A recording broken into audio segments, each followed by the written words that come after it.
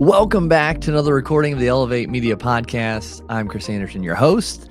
And today we're going to get into a topic that mixes some of the things we've talked about in the past, emotional intelligence and artificial intelligence. And, we're seeing such a rise in AI nowadays with business and life. We're just going to continue to see an uptick there at a rapid pace, I feel. But there's still room for emotional intelligence. And so we're going to dive into how these two kind of coincide, how we can bring them together and bridge these two kind of worlds into one. As we brought on an expert to kind of help walk us through this conversation and give us some good insight and direction with it. So, Robin Hills, welcome to the Elevate Media Podcast today. Chris, it's a pleasure to be on here. Thank you for having me on your show. Absolutely, Robin. And for those listening, you might hear a little bit of an accent. Robin's over in the UK. For those who are here in the States or not in Europe, I guess. So we were kind of chatting before we got recorded and everything, talking about the history over there and the weather and things like that. But Robin, yeah, super excited to have you on. To dive right in. Emotional intelligence. It's an important piece, to the puzzle of life. What got you so fascinated with emotional intelligence? Well, to give you a little bit of background, I started my career as a salesperson working Okay. for the pharmaceutical industry in Wow. the London teaching hospitals. And I found that I was able to connect with some doctors at a really deep level, and some doctors who were doing exactly the same job, but in a completely different department, or perhaps Mm. even in the same department as roles changed. Um, I couldn't connect with them in the same way, and I didn't know what it was because I was approaching everybody the same way, with openness, with empathy. I wanted them to respect me and to respect the fact that I was there to help them. Some couldn't equate with that, and Yeah. some actually embraced it.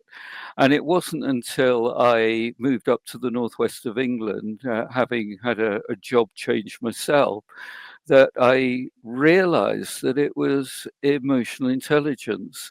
And that was a great revelation to me because doctors are cognitively Yeah. intelligent, they have high IQs, they have brilliant minds, but some of them are not in tune with emotions, their own Mm. and other people's, and that really limits them to a Yeah. certain extent. So I is think a that lot for of those who might not understand emotional intelligence, what you're talking about right there, can you define kind of that Sure. for people who might not know?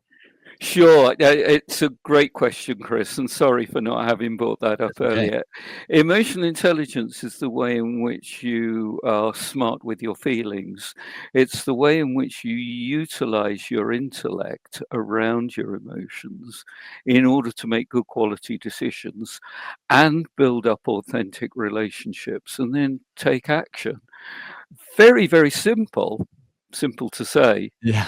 very difficult to do. Yeah, kinda like building a business. It's simple, but it's not easy. Oh, yes. Yeah. Oh, yes.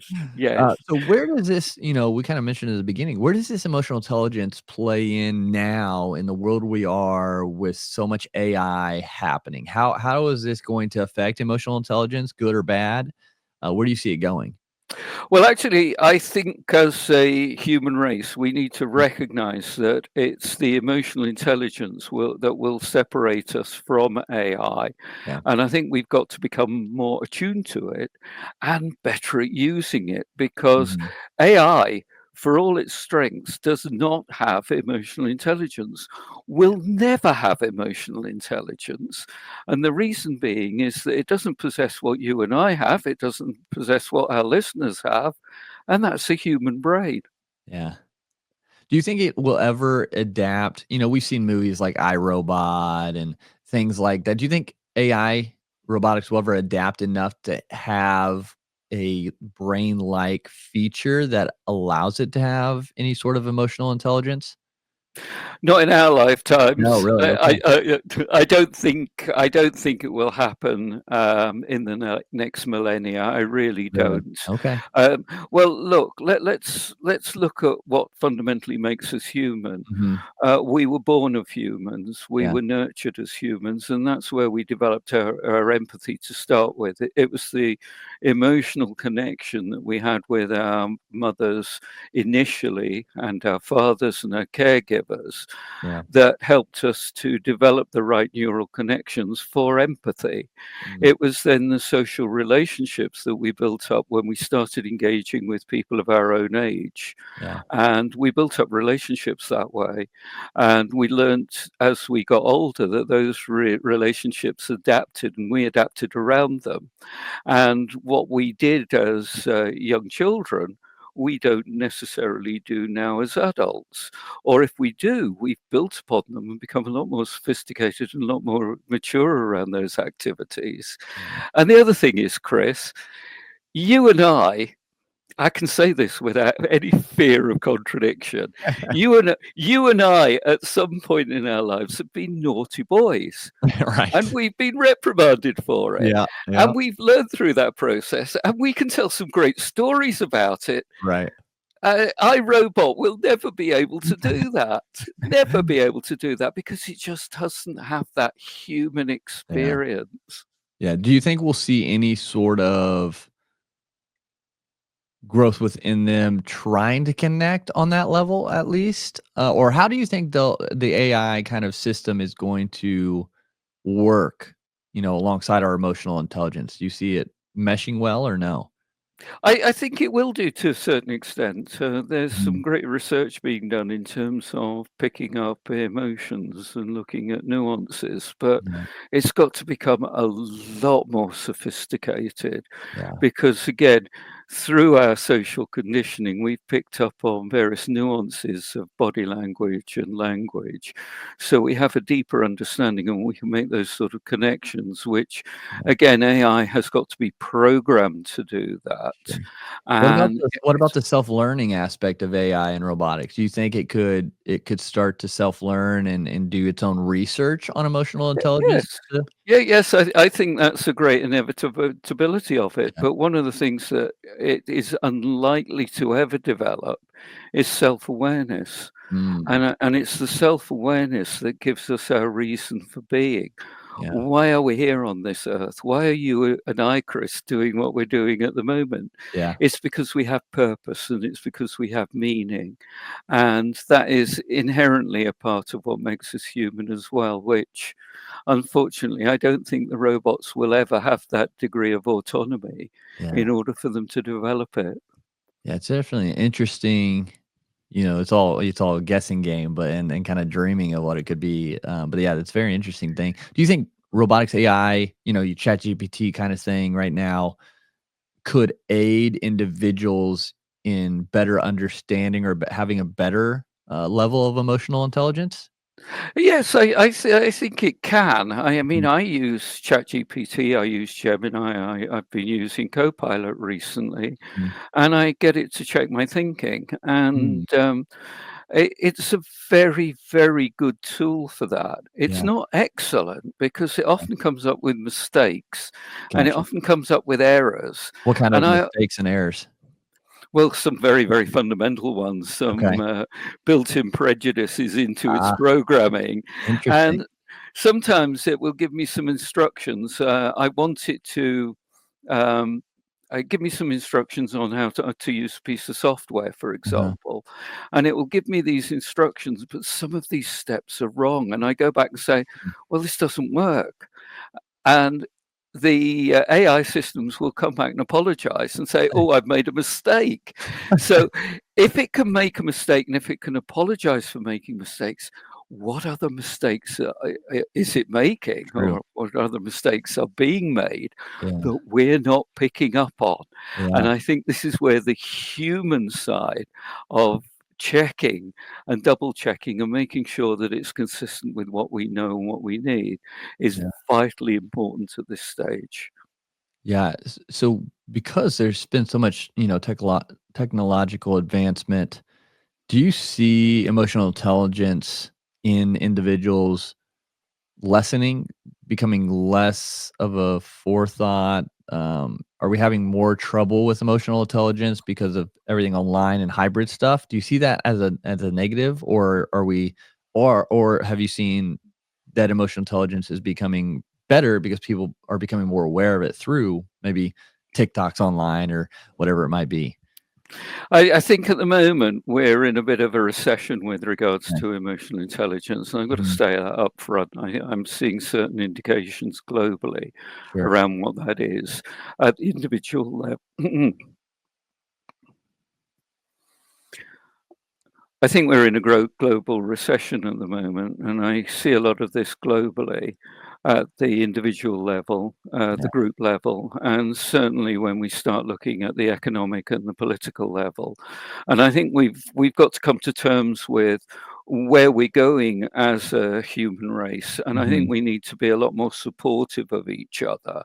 Yeah.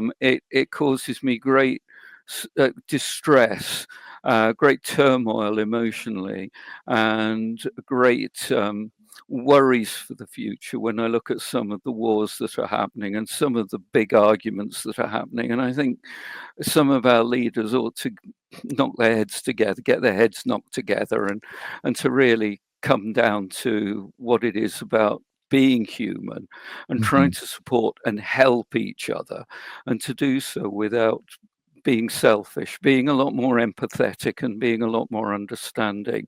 You don't necessarily have to agree with other people. You Mhm. just have to tolerate and you have to understand. And I think that's missing. Yeah. It's interesting because, so what would you say, I guess, with that, what would a healthy, emotional, intelligent person kinda look like? How would they react to things or go with things happening in the world? I well, it pulls in a fundamental question. Am I emotionally intelligent? Yeah, okay. It's an interesting question Mhm. because if I answer yes, it's rather arrogant and self-conceited and suggests there's no room for improvement. Right. And if I answer no, well, why am I here talking to you as an emotionally intelligent individual? I think the answer is it depends, Mhm. and it's work in progress. I'm Sure. continually looking at ways to improve my emotional intelligence. And there are going to be certain situations that I'll go into and I'll interact well and I'll come out of it and think, yeah, that worked well. And Yeah, there are going to be other situations where I go in and it doesn't work. I completely screw up. And yeah, that's because I'm human, like sure. you are, Chris. Yep. So I think to answer your question, an emotionally intelligent individual is always looking at ways to improve, Yeah. and they go through periods of self-reflection. What went well? What didn't go so well? What can I do better next time? Did I leave that person feeling good about themselves, feeling good about me, and feeling good about the relationship? And if Mhm. I can answer yes, then I think I've been emotionally intelligent. Yeah. But it's not easy. Yeah, because my mind goes to, so I coach soccer, football, for you all, and my mind goes to, like, when I had coaches, and I didn't always feel good after conversations with coach, whether that be I was maybe upset or like, "Oh, why can't he see, like, the good?" So but it always turned out good because then I would kinda take a second and say, "Okay, this is what he was saying. Yeah, he's right. I was just in the moment emotional or just frustrated." But it wasn't that they were, you know, beating around the bush or trying to be nice, like, directly, constructive criticism, feedback, things like that. Like, to some people might seem intense or might seem mean or might seem, brash or things of that nature. But to me, maybe in the moment I was frustrated, but like I took it well and was able to improve. So as a coach, like coming off, like I'm trying to walk that line of yes, I want these individuals, these young men to know their worth and know their potential and things like that, but also not just let them get by without working at that level that I can see where they're going. So my point is, like, with emotional intelligence, sometimes we still have to not necessarily be a nice guy, but a good No, person. So how That can you walk that that's line? that's exactly it, Chris. It's not being a nice guy. It's being a good guy. It's Mhm. having the right set of values, doing it for the right reason, Yeah. doing it from here. Mhm. You have to be cruel to be kind at times. You Mm, have mhm. to call out bad behavior. Yeah. Inappropriate behavior. Yeah. You have to call out some of the guys who are not playing soccer appropriately, and just help them to hone their skills. They may not feel good about it and they may not feel good about you, Yeah. but you're doing it for the right reasons. You're doing it because it's being underpinned by your core values around wanting the best for the person. And if you're doing it for that reason, then you're being emotionally intelligent. And sometimes you may actually have to soften your approach with some people and say, Mhm. okay, I overstepped the mark there, but Yeah. I'm trying to help you and help me to try and help you as well. And then there are other times when you can push, and you can push, and Mhm. you might not feel good about pushing, but that person needs you to push even further. Yeah. But you've got to make the judgment about that, and that again is where the challenge comes in. Yeah, and definitely, I think, like you said, we're constantly learning, and I'm fine. I'm fine to tell them, hey, like, maybe I was wrong in that approach or whatnot. But then, I see a lot out there in emotional intelligence, being the kind of, oh, it's okay, like the super, super other spectrum of like, we can't be mean, or we can't, raise our voice. You can't be stern. You can't do this. And so, do you see that? Obviously, both extremes are probably not good, but do you see maybe people getting it wrong in that regards of being, super tolerant, super soft all the time, being not maybe the best emotional intelligence? No, no, that's not being emotionally intelligent as Okay. well. I think you've got to go in with an approach that Mhm. um, I don't necessarily want you to like me.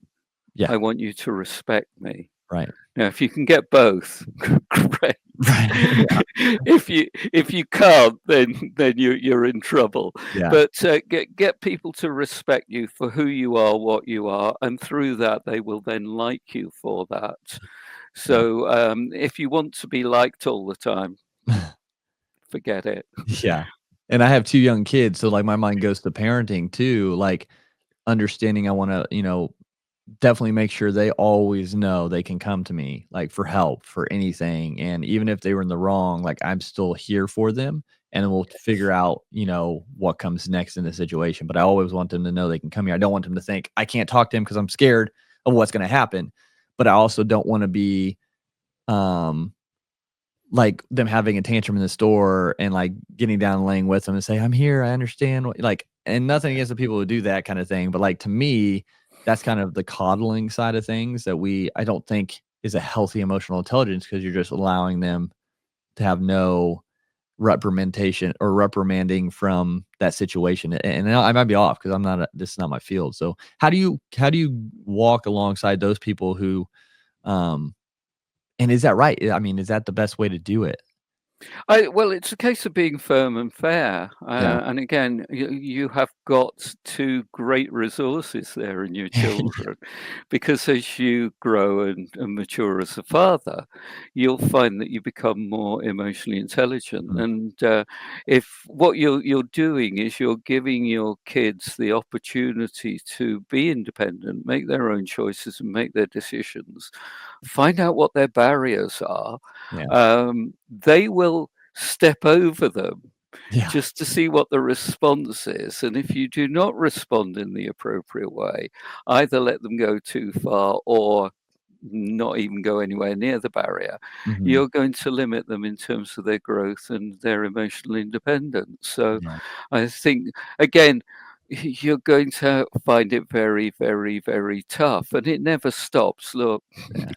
I have two girls, Okay. and I'm very proud of them, and they're in their 30s. They're Okay. grown up. They're married, and I still question as to whether I am um, treating them fairly or not, and whether I'm doing the right thing. Yeah. I don't want them to look at me and see me as somebody who's a great ogre Yeah. that they can't turn to. I want them to turn to me because they feel that I can provide them with wisdom to help them to make their own decisions. Yeah. So it's much more of a coaching relationship. But Yeah. what I want is for them to be proud of me. So, Mhm. what is it that I can do in order to drive that? And I want to be proud of them. So, what is it that I can do to drive that pride? And I Mhm. think if we're looking at pride as an emotion and looking at it from a very pleasant, positive perspective, then that drives our development of emotional intelligence as a parent. Yeah, and that's good, and that's kinda, yeah, the ultimate goal, right? And, you know, anything, we're doing anything, it can be simple, but it's not gonna be easy, like, It's so not going to be parenting definitely easy. is not. But, back to the AI thing, like, with that, like, so now we have that component to throw in the mix, first there's social media, and parents were having to deal with figuring that out and doing that and staying emotional intelligent. Now we have social media and AI, and they mix, uh, and even more hybrid kind of workspace. How do we navigate all that with emotional intelligence, with everything that's out there now? Um, because they're being fed so much information from so many different directions.